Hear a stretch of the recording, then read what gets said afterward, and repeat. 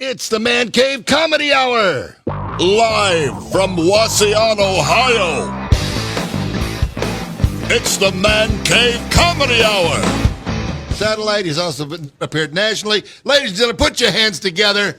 How about it for Mr. Steve Sabo? Yeah. All right. What's up, Wauseon? That was nice. That intro is longer than my whole set. That's kind of fabulous. It's good to be here at the Man Cave. Tell you guys about this. I just got back from Vegas. Thank you, 3 people. That's nice. I like Vegas. I go to Vegas about once a year. I'm not a big gambler, but I do like the people watch. That's kind of my thing. I like watching those street performers. I think that's always fun. My last day there, I spent 20 minutes watching this contortionist act until I finally figured out it was actually a crackhead trying to take off a backpack. I still gave him $1. It was a pretty good show. I'm not gonna lie to you guys. I live in actually a kind of a shady part of Toledo, which is known as Toledo. If you've ever been, yeah, it's not good. I live in a basement apartment. Yeah, but they don't call it a basement apartment. They call it garden level. Right? Like that's fooling anybody. Yeah, apparently they call it garden level because shallow grave wouldn't look so good in the brochure. But I'll probably die there. There's a good chance of that, I think. I do live alone. I'm not married. I don't have any kids. By choice, by the way. I don't have any kids by choice. Yes. Because I've never met anybody with a child who ever told me a story about that child that made me want to have one of my own. Have you? Like I never heard a story where they go, and that's when we developed an app that detects cancer 6 months before it starts to metastasize. I've never heard anything like that. But I have heard, and that's when he set his parole officer on fire. We're probably going to have to move. Again, yeah, I like that. I'm not the most manly man. I don't know if you guys caught on to that or not. I really wish that wasn't one of the bigger laughs I've gotten, but all right, that's fine. I'm like, I'm a man, but I'm looking out at you guys, and I can see there's some more manly men out here, guys with beards and probably wear camouflage underwear. You know what I mean? I'm not that guy. I'm not going to have the ability to hunt and kill my own food if it comes down to it. But I'm still a man. Like, I have some manly qualities.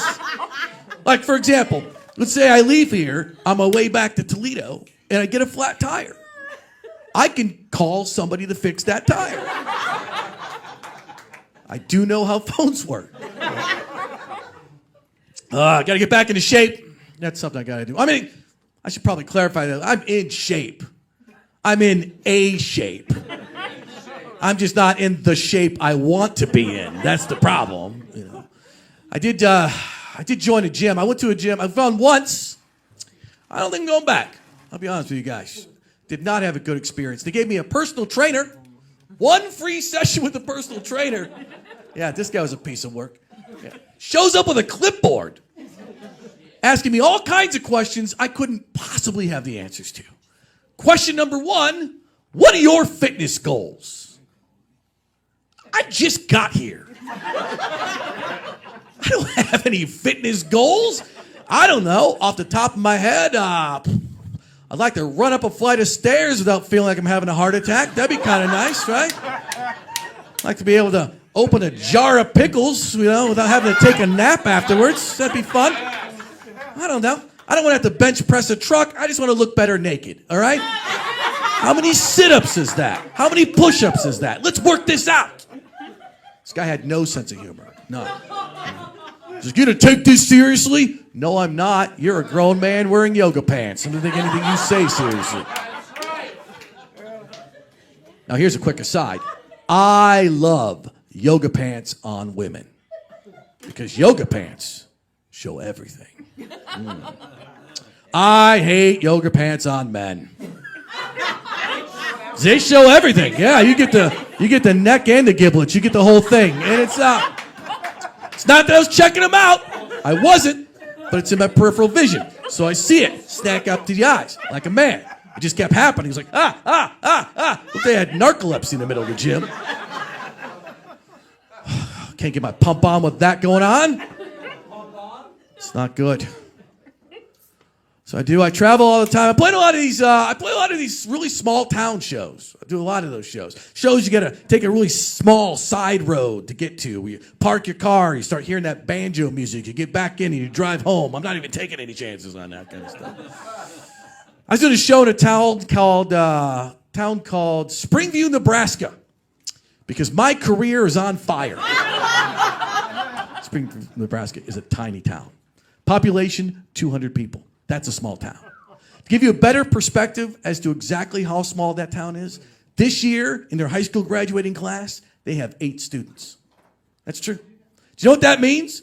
That means you could actually graduate in the bottom of your class and still graduate in the top 10, right? That's not good. Not good. Worst student they've ever had. Top 10. But I did a show in this town.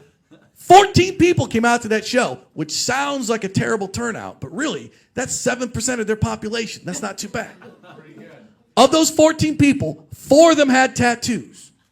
All 4 of those tattoos were dragons, which I thought was really weird until I thought about it. They probably only have 1 tattoo artist in town. And all he can draw is dragons.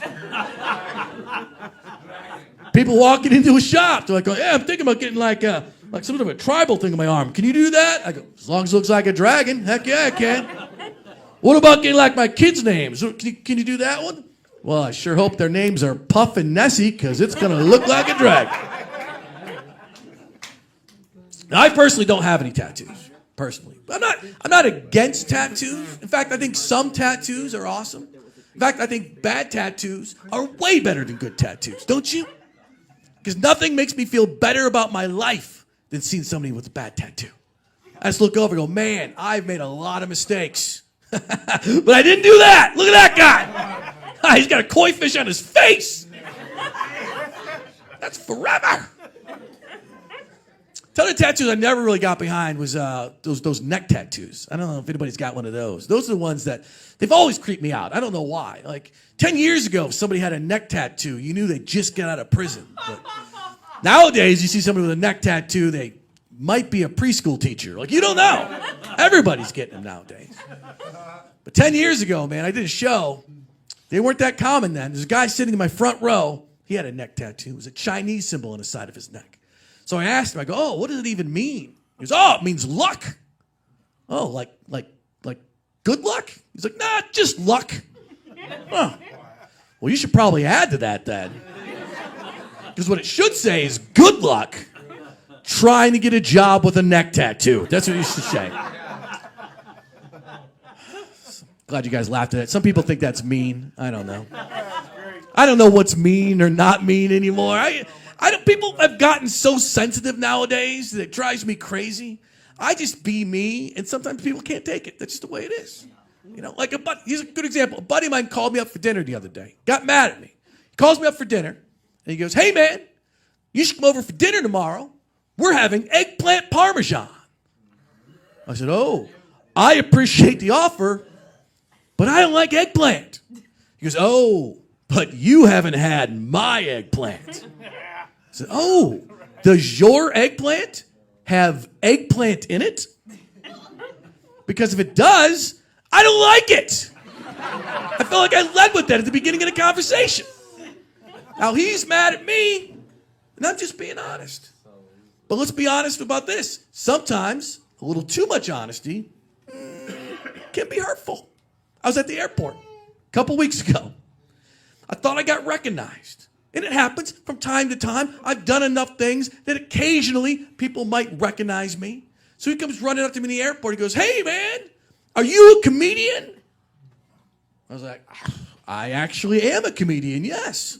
He's like, good, because you look like a less fat Kevin James. Oh. Yeah, not a thin Kevin James. Not an in-shape Kevin James. A less fat, like he wanted to make sure that I knew that he still thought I was fat. Just not quite as fat as this other fat guy that he knows, right? His buddy starts arguing with him. He's like, no, he looks like a younger John Lovitz. That's not any better.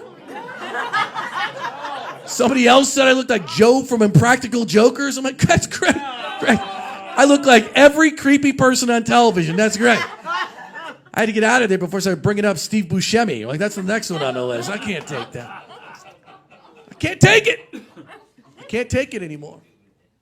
But I don't know. I get mad sometimes myself. Sometimes I get mad over stupid things. Like going to the grocery store. Used to be easy. You remember that? Remember when going to the grocery store was easy? Back when they had employees? Nobody works there anymore. Every time you go now, you got to do those self-checkouts, which is fine. You know, I'm intelligent enough to work it out. But for some reason, I always seem to get behind that guy that apparently just got unfrozen from a block of ice earlier that afternoon. Has absolutely no idea how technology works. And it usually goes okay for a while until it gets to the produce. Yeah. Because I don't know if you guys do this, but there's only 2 ways to look up the produce. You can type in the name or look it up by picture. That's great. This guy can't spell banana, but he's going to be able to pick a kumquat out of a lineup. This is my nightmare.